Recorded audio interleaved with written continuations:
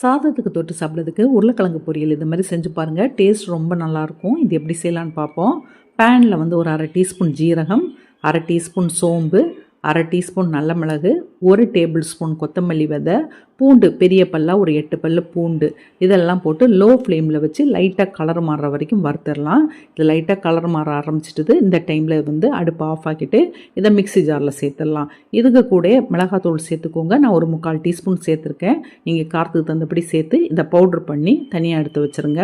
பேனில் ஒரு 4 table spoon எண்ணெய் சேர்த்துக்கோங்க.